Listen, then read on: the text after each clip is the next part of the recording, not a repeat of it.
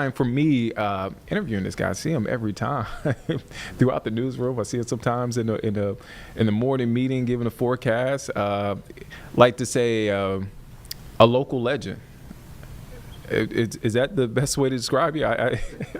Is that local legend? That's it. Yeah. Local legend. Yeah, just been hanging out.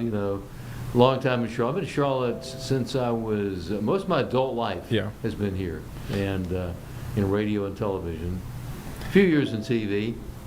Yeah, a couple years here and there. 40 years, Larry. Yeah, coming up April the whatever 1st, 2nd, 3rd. It should be April 1st. Since I'm the April Fool, but somewhere in that time. Well, yeah. I do want to point out 40 years. And of course, you're going to be back to look, we're going to celebrate you. We're going to do it big for you, Larry. But you are going to be at Charlotte FC tomorrow. They take on San Jose at the bank. Yeah. And a great reason to be there, not only because the team is good and they're playing well and it's just a great environment, but you're going to be there. You're going to be crowned during the pregame coronation ceremony. Can you talk about that for a second? Yeah, it's what a nice surprise when they sent me the note. Hey, we'd like to come to this game Saturday and participate and be part of the program, and this coronation is what they call it. It's a ceremony that they do every game. They pick somebody, and somehow they found me somewhere. And they said, somehow they found you. Don't do that, Larry. No one's ever heard of me, and they said, "Would you like to be a part?" I said, "I'll be there. I'll be there whenever you need me."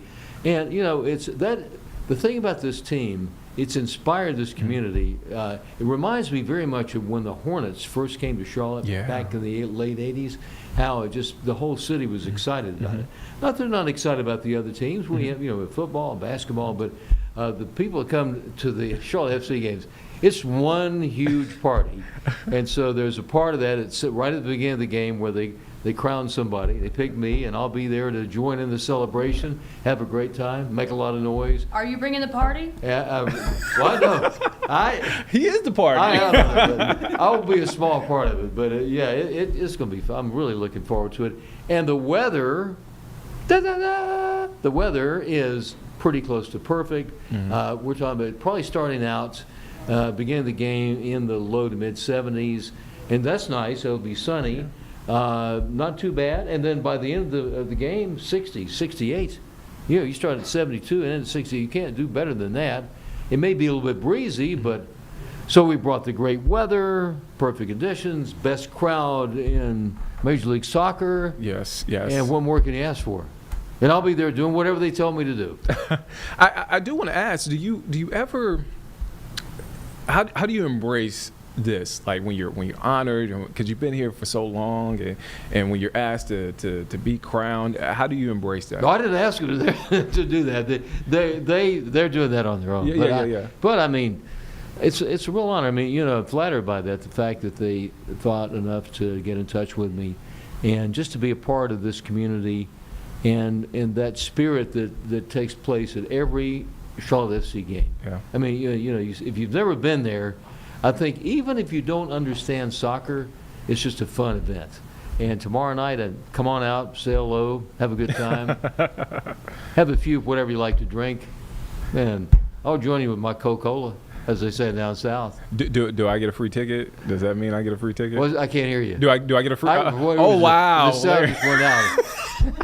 you got me on that. Well, okay, I'll take that as a no, Larry. I'll search. But before we get to the forecast, Larry, I gotta ask you. In your 40 years, I know you've covered a lot of big events. We kind of went down memory lane for a second as we were playing a video of Governor Sign picking his bracket. Anything that sticks out, or several things that stick out over your 40 years? Over the years here, so many. I mean, if you think about. If you do 40 years of this, you're going to see it. You're going to see it all at some point.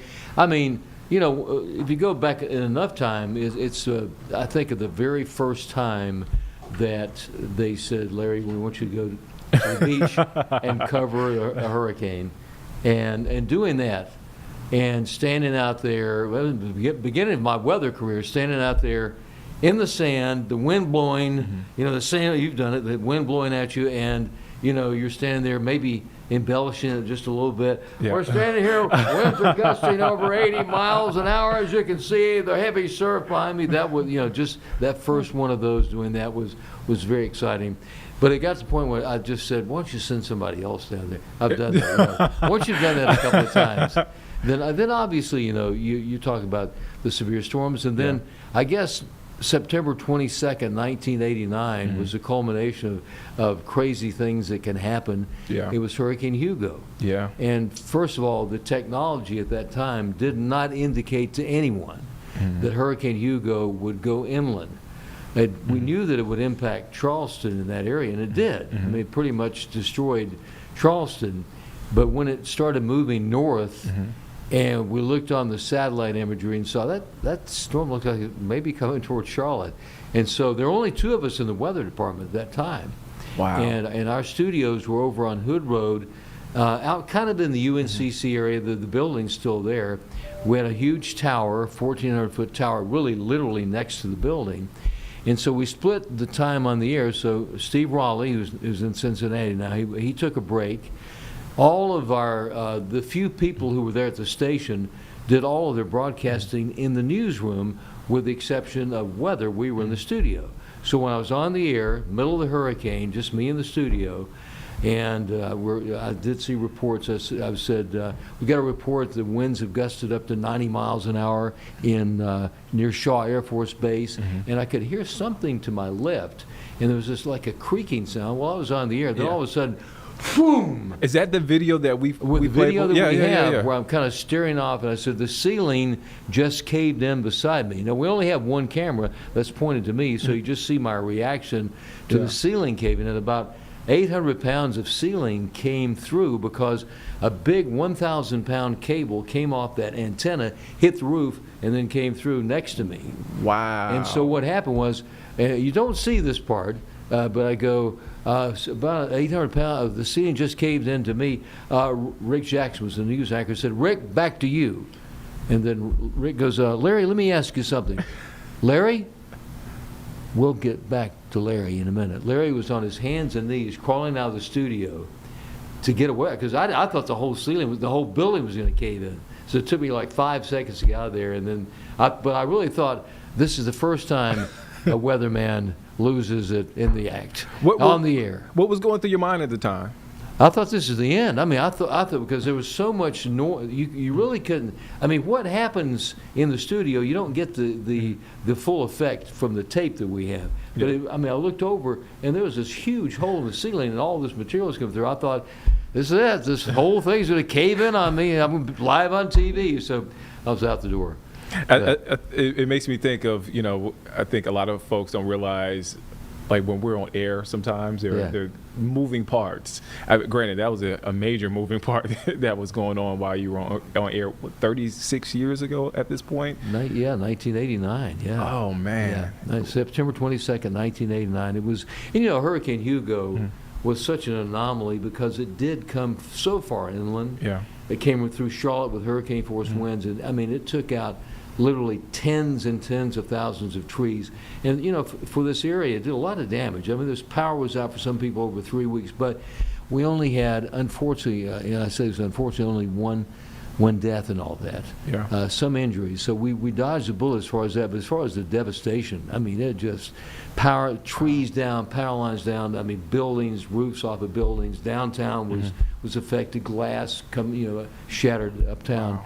But considering the impact, we dodged a bullet. But that storm went north, went through Hickory, and then into Virginia and dissipated up there. But I mean, I thought, wow, what are the chances a hurricane is going to come this far inland? Hopefully, that was the last time. Wow. WCNC Charlotte's Larry Sprinkle celebrating 40 years here at the station. I know. It's like, what's going on here? Larry, I said this before.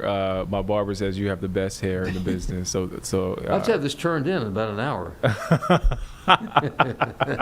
Larry, thank you so much. You deserved it. You deserve to be honored. That. Any honor that you get, you deserve it. Thank you for what you do here in our area. Look forward to celebrating tomorrow night and beyond that. Have fun. Thank you. Enjoy it. Okay.